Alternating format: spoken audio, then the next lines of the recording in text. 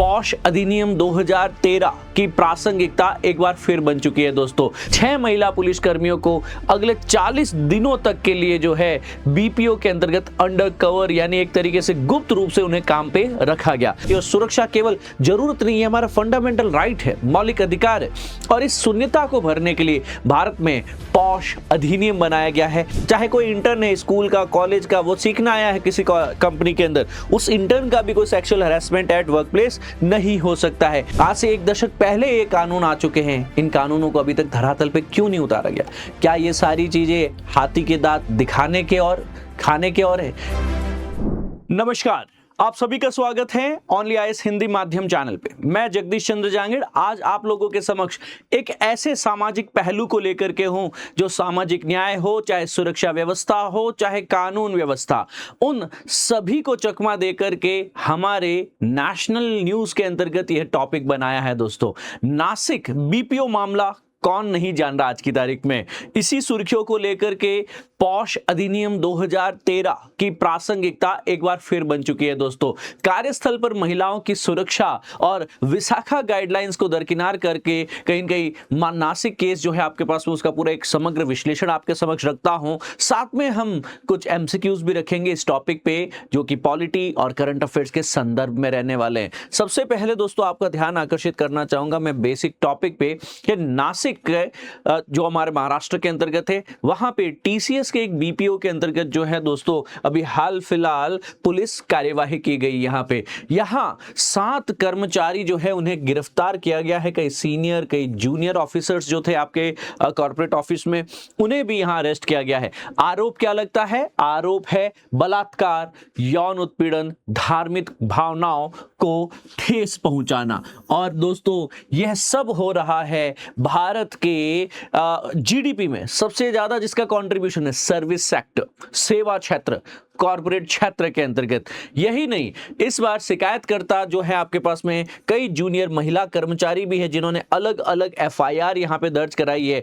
और जो नौकरी दाता है, जो ह्यूमन रिसोर्स है, जो मानव संसाधन उस कंपनी के देख रहे हैं, उनकी भूमिका देखी गई है, उन्हें भी इस केस में गिरफ्तार किया गया है। शिकायतों को जो है जानबूझकर नजरअंदाज करने का इन पे आरोप लगाया गया है कि सर जो ये बलात्कार, यौन उत्पीड़न और धार्मिक कहीं न कहीं उनका उत्पीड़न हो रहा था, यह कंप्लेन पहले इंटरनली की गई आंतरिक तौर पे, पर इसके ऊपर कोई संज्ञान नहीं लिया गया और ना ही इसके ऊपर कोई ऑफिशियल वैधानिक स्तर के ऊपर या संस्थागत स्तर के ऊपर कोई प्रतिक्रिया ली गई दोस्तों। सो यहां पे बीपीओ ऑपरेशंस के अंतर्गत पुलिस जो है वो अंडर कवर कार्यवाही करती है। यहां पुलिस को कुछ गुप्त सूचना मिलती है दोस्तों, और फरवरी माह से ही कहीं जो है पुलिस लगातार 6 कर्मचारियों के दुर्व्यवहार की जो उनके पास में रिपोर्ट्स पहुंची, कंप्लेंट्स पहुंची, तो पुलिस ने कहा कि प्रत्यक्ष तौर पे जाएंगे तो कंपनी हाथ खड़े कर लेगी, क्यों ना अंडर कवर ऑपरेशन किया जाए। और इस अंडर कवर ऑपरेशंस में 6 महिला पुलिस कर्मियों को अगले 40 दिनों तक के लिए जो है बीपीओ के अंतर्गत अंडर कवर यानी एक तरीके से गुप्त रूप से उन्हें काम पे रखा गया। और इन 6 एक्सीलेंट पुलिस ऑफिसर्स ने दोस्तों वहां सबूत जुटाए, वहां पे कई मीटिंग्स और वर्क स्टेशन पर उन्होंने नजर रखी, और जो स्पेशल इन्वेस्टिगेशन टीम जो एसआईटी का गठन हुआ, यहां पे लगातार एक के बाद एक एफआईआर दर्ज की और गिरफ्तारियां भी हुई। यह स्मार्ट पुलिसिंग का एक उत्कृष्ट उदाहरण है कि किस प्रकार आप अपनी कानून व्यवस्था को बेहतर करने के लिए नॉर्मल पुलिसिंग से भी बियॉन्ड जाकर के ओवर्ट पुलिसिंग, अंडरकवर भी पुलिस जो है वो कार्य कर पाती है। यह केस कहीं न कहीं मानव तस्करी, ह्यूमन ट्रैफिकिंग के डायमेंशन को भी लियो है दोस्तों, क्योंकि यहाँ पे इंटरनेशनल लिंक्स भी देखने को मिल रहे हैं। महिलाओं को बरगलाया, फुसलाया जा रहा है और उसका एक अंतरराष्ट्रीय लिंक भी देखने को मिल रहा है। संदिग्ध यहाँ पे जो है मलेशिया कनेक्शन जो देखने को मिल रहा है कि सर मलेशिया से जो है कहीं न कहीं यहाँ पे smuggling, human smuggling, women smuggling की यहाँ पे खोज खबर देखने को मिल रही है। स्पेशल इन्वेस्टिगेशन टीम की जांच में कई और खुलासे हुए, जिसमें यह बताया गया कि ऐसे डिजिटल साक्ष्य एविडेंसेस मिले हैं जहां नासिक के एक लग्जरी रिजॉर्ट के सीसीटीवी के और कॉल रिकॉर्ड्स खंगाले गए, जहां पता चला कि यह सारा ट्रेल और केसेस जो है जितना छोटा दिख रहा है उतना छोटा है नहीं। शायद यहाँ एक कैस्केडिंग इफेक्ट इसका देखने को मिलेगा। भविष्य में हो सकता है इसी स्टैंड अलोन क्राइम से और अन्य क्राइम्स जो हैं वह भी अनकवर किए जा सकते हैं। ये कॉर्पोरेट विफलता का भी कहीं न कहीं एक प्रकार का जीवंत उदाहरण बन सकता है, क्योंकि जो ह्यूमन रिसोर्स एक कंपनी में, एचआर एक कंपनी में रक्षक का कार्य करता है, मानव संसाधनों के ऑप्टिमम यूटिलाइजेशन का कार्य करता है, वही इस केस में भक्षक बन गया है। यहाँ 70 से ज्यादा ईमेल्स और चैट जो है वो पीड़ित महिलाओं ने एचआर को बार बार सबूत के तौर पे भेजा, और ये उत्पीड़न कोई 1-2 माह का नहीं है, पिछले 4 साल से 2023, 24, 25 और अब 26 लगातार 4 साल से लगातार यह कंप्लेंट्स रजिस्टर की जा रही है। पर एचआर के द्वारा कोई संस्थागत या वैधानिक तौर पे कोई कड़ा कदम नहीं लिया गया। एचआर की कहीं न कहीं ये निषिद्धता थी, ये कार्य नहीं कर पाए, कार्यवाही नहीं कर पाए, और उल्टे आरोपियों का ही वो कहीं न कहीं जो है कि जिन पे आरोप लगाया जा रहा है उन्हीं का बचाव किया जा रहा है, जो अक्यूज्ड है उन्हीं का पक्ष लिया जा रहा है यहाँ पे। तो एक सिस्टम का फेलियर दिखाई दे रहा है कि कंपनी की जो इंटरनल कंप्लेंट कमेटी होती है ना, पॉश एक्ट के अंतर्गत, है ना, वहां तक ही जो है मामले को पहुंचने नहीं दिया गया। मतलब किसी भी कंपनी के अंतर्गत, किसी भी कार्य प्लेस के अंतर्गत, है ना, अगर किसी प्रकार का हैरेसमेंट हो रहा है, सेक्सुअल हैरेसमेंट हो रहा है, उसे कैसे प्रिवेंट किया जा सकता है, उसके लिए हर कंपनी में कॉर्पोरेट लेवल पे इंटरनल कंप्लेंट कमेटी होती है, आईसीसी होती है, वहीं तक ये नहीं जाने दिया गया। इसके पीछे कारण रहे हैं एचआर, ह्यूमन रिसोर्स। तो ह्यूमन रिसोर्स की गिरफ्तारी जो है इसके कारण भी की गई, क्योंकि यहाँ रक्षक है वो स्वयं एक भक्षक बन चुका है। दोस्तों देखिए, जहां भी अपराध, जहां भी असुरक्षा है आपके पास में, जैसा कि अभी नासिक जैसी घटनाओं में देखने को मिला, अगर यहाँ पे कोई महिला हो, कोई पुरुष हो, या किसी भी व्यक्ति के मौलिक अधिकारों का हनन है, तो उसे जरूर एक कानूनी कवच जो है उसके बारे में पता होना चाहिए कि ये घटनाएं हमें बताती है कि हमारा कार्यस्थल जो है वो कहीं न कहीं सुरक्षित होना चाहिए। और सुरक्षा केवल जरूरत नहीं है, हमारा फंडामेंटल राइट है, मौलिक अधिकार है। और इस शून्यता को भरने के लिए भारत में पॉश अधिनियम बनाया गया है। आइए इसे समझने की भी हम लोग चेष्टा करते हैं। देखिए, ये केस लॉ कहीं शुरू होता है आपके पास में 1992 में, 1992 में भंवरी देवी केस में, जहां पे बाल विवाह से संबंधित जो है एक पृष्ठभूमि इस केस लॉ की, इस वाद की देखने को मिल रही है। दोस्तों, यहां बाल विवाह को रोकने पर जो है सोशल वर्कर का सामूहिक बलात्कार भी देखने को मिला। यहां पे विमेंस के खिलाफ जो एट्रोसिटीज है उसको लेकर के सुप्रीम कोर्ट ने भी कई सख्त रवैया अपनाया है और कई दिशा निर्देश स्पष्ट दिए हैं। आपको पता हो, वर्ष 2013 के अंतर्गत यहाँ पे माननीय सुप्रीम कोर्ट के द्वारा ही विशाखा गाइडलाइंस भी आई। सुप्रीम कोर्ट ने कहा, महिलाएं सार्वजनिक स्थान पे तो परेशान होती ही है, महिलाएं कार्यस्थल पे, वर्क प्लेस पे भी लगातार परेशान हो रही है। तो किस प्रकार हम लोग जो है कार्यस्थल पर यौन उत्पीड़न को रोके, इसके लिए कोई ऐतिहासिक दिशा निर्देश उन्होंने दिए हैं, जिसको लेकर के आगे हमने एक कानून भी बनाया। तो बाल विकास मंत्रालय के द्वारा यहाँ वर्ष 2007 में यूपीए गवर्नमेंट के समय पॉश विधेयक लाया गया, पॉश बिल लाया गया। दोस्तों, इसे समय लगा, पर 2013 तक आते आते जब यूपीए 2 की गवर्नमेंट थी आपकी, तो ये गवर्नमेंट जाते जाते जो है पॉश अधिनियम लागू करती है, संसद के द्वारा पारित किया जाता है। और 9 दिसंबर 2013 का ये वह दिवस है दोस्तों जब से prevention of sexual harassment at work place act जो है लागू हुआ। तो ये पॉश एक्ट एक्चुअली हमें कहता क्या है, इसके आधार क्या है? हमारे संविधान में मौलिक अधिकारों में अनुच्छेद 15 का वर्णन किया जाता है। यहाँ पे धर्म, मूल वंश, जाति, वय, जेंडर, लिंग और जन्म के स्थान पर कोई भेदभाव नहीं हो सकता। यहाँ पे लैंगिक समानता भी, यहाँ पे जेंडर बेस्ड इक्वालिटी भी कहीं न कहीं हमारा मौलिक अधिकार है। मतलब पुरुषों के साथ में जो चीज, जो अत्याचार, जो भेदभाव नहीं हो रहा, वो महिलाओं के साथ भी नहीं होना चाहिए। होने को तो पुरुषों के साथ भी नहीं होना चाहिए। तो अंतरराष्ट्रीय कहीं न कहीं आपके पास में कन्वेंशन है, जिसे सीडॉ कहा जाता है, वर्ष 1979 में, convention of elimination of all form of discrimination against women. Bharat ने भी इस कन्वेंशन को 1993 में अपनाया था। दोस्तों, अब कहना यह है कि इस कानून के अंतर्गत लैंगिक समानता व सुरक्षा सुनिश्चित करने हेतु कई सारी चीजों को यौन उत्पीड़न की परिभाषा में लिखा गया। क्या उत्पीड़न होगा, यौन उत्पीड़न या सेक्सुअल हैरेसमेंट क्या होता है, उसके बारे में बताया कि सर, अगर अवांछित शारीरिक संपर्क या शारीरिक एक यौन अनुग्रह, सेक्सुअल फेवर्स की मांग की जाती है, तो ये सेक्सुअल हैरेसमेंट हरेसमेंट होगा।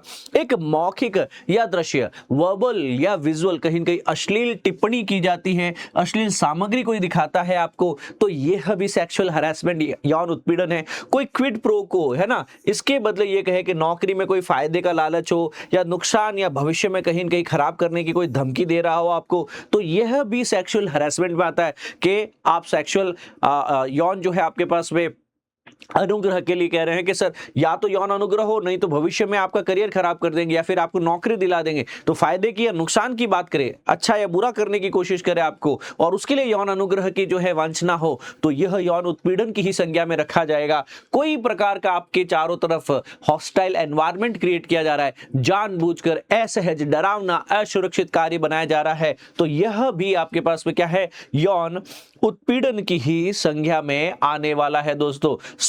कानून कहता है इससे कौन सुरक्षित है? कानून कहता है जो नियमित कर्मचारी है, किसी भी कंपनी, कॉर्पोरेट कंपनी में जो परमानेंट कर्मचारी है, उसे प्रिवेंशन ऑफ सेक्सुअल हैरेसमेंट है।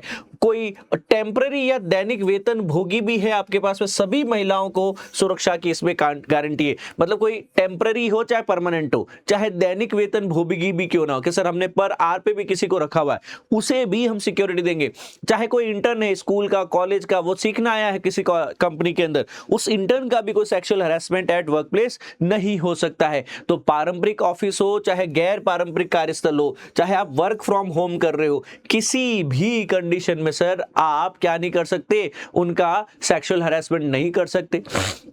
काम से जुड़ी यात्राएं हो रही है कि सर आप ऑफिस नहीं, ऑफिस से बाहर कहीं, जैसे आपका ऑन साइट विजिट है, तो ऑफिस से ऑन साइट विजिट के दौरान कोई यात्राएं कर रही हैं, जुड़ी यात्राओं के दौरान भी, ट्रांजिट में, ट्रैवल में भी क्या नहीं कर सकते, किसी प्रकार का सेक्सुअल हैरेसमेंट नहीं कर सकते। तो ये सभी दायरे जो है, permanent, non permanent, intern, work from home, transit, travel, office space, सब जगह जो है आपके पास में सभी महिलाओं को सुरक्षा की गारंटी दी है। यहाँ ये सभी महिलाएं जो है कानून के दायरे में, पॉश के दायरे में सुरक्षित है दोस्तों। अब हर कंपनी जहां पे भी ये सारे काम होते दिखे कि सर कोई परमानेंट महिला है, एम्प्लॉय है आपके पास में, कोई अस्थाई है, कोई इंटर्न है, कोई पारंपरिक ऑफिस से या फिर गैर पारंपरिक ऑफिस से घर से काम कर रही है, या फिर कोई यात्रा में है, अगर इनको शारीरिक, मौखिक, दृश्य, क्विड प्रो को, हॉस्टाइल एनवायरनमेंट के माध्यम से सेक्सुअली हैरेस किया जाता है, तो ये अपनी कंपनी की आईसीसी को, यानी इंटरनल कंप्लेंट कमिटी को, यानी कंपनी के अंदर ही जो शिकायत की समिति है, उसे अप्रोच कर सकती है। ये एक संस्थागत ढांचा है आपके पास में। इसमें एक बाह्य एनजीओ के बाहरी सदस्य होंगे, जो एनजीओ के प्रतिनिधि होंगे, मामलों के जानकार व्यक्ति होंगे, अन्य सदस्य कम से कम 2 अन्य कर्मचारी जिन्हें कानून और सामाजिक ज्ञान हो, और एक अध्यक्ष होंगे, प्रिसाइडिंग ऑफिसर होंगे, जो कंपनी के ही वरिष्ठ महिला कर्मचारी होने वाली है। तो अनिवार्यता क्या है दोस्तों, कि 10 या अधिक कर्मचारियों वाले हर संस्थान में आईसीसी, इंटरनल कंप्लेंट कमेटी होना अनिवार्य। तो मतलब आपके ऑफिस में जो आप मेरे को सुन रहे हैं अभी सारे स्टूडेंट्स या जो भी आपके पास में प्रोफेशनल्स हैं, अगर आपके ऑफिस में 10 से ज्यादा एम्प्लॉयज हैं, 10 से ज्यादा कर्मचारी हैं, परमानेंट, नॉन परमानेंट, पर आर पे हो, चाहे आपके पास में किसी भी कंडीशन में हो, तो आपकी कंपनी में एक इंटरनल कंप्लेंट कमेटी होती है। इस आईसीसी, इस इंटरनल कंप्लेंट कमेटी के अंतर्गत वरिष्ठ महिला अधिकारी आपकी कंपनी की अध्यक्षा होती हैं। 2 कम से कम कर्मचारी जो कानून समाज का ज्ञान रखे, और एक बाहर का भी आदमी होगा आपके पास में जो एनजीओ का प्रतिनिधि हो। समिति में कम से कम 50% महिलाएं होना आवश्यक है। तो 1, 2, 3, 4, इन 4 में से कम जो है आपके पास में 2 महिला अधिकारी होना आवश्यक है, ताकि महिलाओं की कंप्लेंट्स जो है वो बताते वक्त या सुनाते वक्त उनको कोई, जो कंप्लेन लेके जा रही है महिला, उनको कोई समस्या ना हो, असहजता ना हो। फिर आपको पता होना चाहिए कि सर इस आईसीसी, इंटरनल कंप्लेंट कमेटी के अंतर्गत जो है 10 या 10 से अधिक कर्मचारी वाली फर्मों में ये होना जरूरी है। सारे जितनी भी कंपनियां संगठन स्तर के ऊपर है, वहां पे आईसीसी होना जरूरी है। मुख्य रूप से कोई संगठित क्षेत्र है, कोई ऑर्गेनाइज सेक्टर है, तो उसमें तो ये होना अति आवश्यक है। मुख्य रूप से वहां पे तो होगा ही, जैसे कि बीपीओज है, कॉर्पोरेट्स है, टीसीएस का जैसा भी नाम आ रहा है। पर इसके अलावा स्थानीय शिकायत कमेटी भी होती है, लोकल कंप्लेंट कमेटी भी होती है कि सर जहां 10 या 10 से जहां पे 10 या कम कर्मचारियों वाले कार्यस्थल है ना, ज्यादा कर्मचारी नहीं है, तो शिकायत जो है सीधे आपके पास में नियोक्ता के खिलाफ होगी। किसके खिलाफ होगी आपके पास में? यानी एम्प्लॉयर के ही खिलाफ है। जैसे आप क्या करने की कोशिश कर रहे हैं कि आपकी कंपनी है तो बड़ी, 10 से ज्यादा एम्प्लॉयज है, पर अब जो मेन मालिक है वही इन्वॉल्व है, तो क्या करेंगे? तो आप यहाँ पे कंपनी के अंदर की इंटरनल कंप्लेंट कमेटी नहीं, आप कंपनी के बाहर होती है लोकल कंप्लेंट कमेटी, वहां जाते जो हर जिले स्तर पे होती है और जिला अधिकारी यानी डिस्ट्रिक्ट कलेक्टर के द्वारा स्वयं के द्वारा गठित की जाती है। आईएएस कलेक्टर एसडीएम वो स्वयं गठित करता है इसे, और ये असंगठित क्षेत्र, अनऑर्गेनाइज सेक्टर और घरेलू कामगार जितने भी मजदूर होते हैं उन लोगों की सुरक्षा, संरक्षण और प्रिवेंशन करता है उनका सेक्सुअल हैरेसमेंट से। अब नासिक के अंतर्गत जो ये केस हुआ, इस नासिक केस के अंतर्गत जो है प्रिवेंशन ऑफ सेक्सुअल हैरेसमेंट, ये लागू क्यों नहीं हुआ, ये फेल क्यों हुआ? जागरूकता का अभाव सर, सबसे बड़ी चीज तो कि महिलाओं ने जब आईसीसी की बजाय सीधे ह्यूमन रिसोर्स को 78 ईमेल किए तो आईसीसी तक बात क्यों नहीं पहुंची? क्या महिलाओं को नहीं पता था कि आईसीसी में कौन मेंबर्स है, कौन कौन सदस्यगण है, कैसे कंप्लेन की जाती है? जागरूकता ही नहीं उनको, ह्यूमन रिसोर्स तक जा रहे, ह्यूमन रिसोर्स कंप्लेन आगे नहीं जाने दे रहा।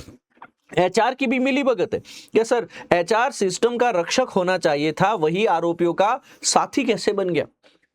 यहां पे प्रशासनिक लापरवाही भी देखी जा सकती है कि यहां कागजों पर आईसीसी थी पर असलियत में तो बिल्कुल ही जूनियर थी। सर यहां पे बोल रहे कि कंपनी के अंतर्गत जो है एक अध्यक्षा है, सीनियर महिला अधिकारी है ना, 2 कानून और समाज के जानकारी, एक एनजीओ का प्रतिनिधि, कागज पे आईसीसी बनी हुई है। वाकई में कहा है जिला प्रशासन अब जांच कर रहा है कि इंटरनल कंप्लेन कमेटी उस कंपनी की कामकाज पारदर्शी थी ही नहीं, एग्जिस्ट करती नहीं थी, खाली कागजों में थी सर वो तो।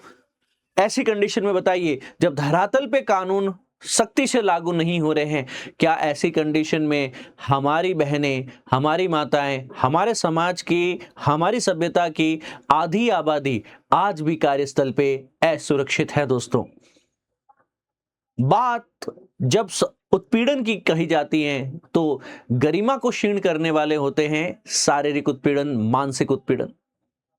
आज भारत जब 7 से 8 डेकेड ओल्ड हो चुका है, 70-80 साल आजादी के बाद में हम लोग जो अमृतकाल मना रहे हैं, आज से 1 दशक पहले ये कानून आ चुके हैं, इन कानूनों को अभी तक धरातल पे क्यों नहीं उतारा गया?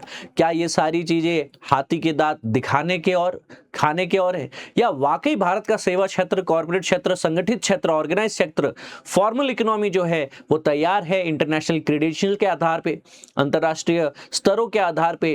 क्या हम भी हमारे सर्विस क्षेत्र को, सेवा क्षेत्र को उतना दक्ष, उतना पारदर्शी और सुरक्षित बना पाएंगे? ये भविष्य के गर्व का विषय है। पर यूपीएससी एस्पिरेंट्स के लिए मेरे पास एक क्वेश्चन जरूर है दोस्तों, तो सारे यूपीएससी एस्पिरेंट जरूर बताएं, यौन उत्पीड़न रोकथाम निषेध निवारण अधिनियम पॉश एक्ट के अंतर्गत पहला, दूसरा, तीसरा, ये 3 स्टेटमेंट दिए मैंने, कौन सा कथन सही है? वीडियो को यहीं रोकिए और कमेंट करके मुझे बताइए दोस्तों, कौन सा कथन सही है? क्या ये केवल ऑर्गेनाइज सेक्टर की महिलाओं को सुरक्षा देता है? 10 से कम कर्मचारियों वाले कार्यस्थल के लिए शिकायत दर्ज करने हेतु जिला स्तर पे स्थानीय शिकायत समिति का गठन किया जाता है। आंतरिक सुरक्षा समिति, शिकायत समिति में कम से कम 50% सदस्य महिलाएं होनी चाहिए। तो सारा पढ़ाया है मैंने, मुद्दा भी बताया है और पॉलिटिकल सारी जो चीज है, कानून हो, फंडामेंटल राइट हो, सब बताए। आप अपना जवाब जो है कमेंट सेक्शन में जरूर बताएं, और अगर आपको यह कंटेंट अच्छा लग रहा है प्लीज हमारे चैनल को सब्सक्राइब कर लीजिए और वीडियो को लाइक कर लीजिएगा। कमेंट में जरूर बताइएगा आपका उत्तर क्या है। दोस्तों आज के लिए इतना ही रखता है। Take your leave now for the day. Thank you. जय हिंद, सर्वदा शक्तिशाली। God bless you all.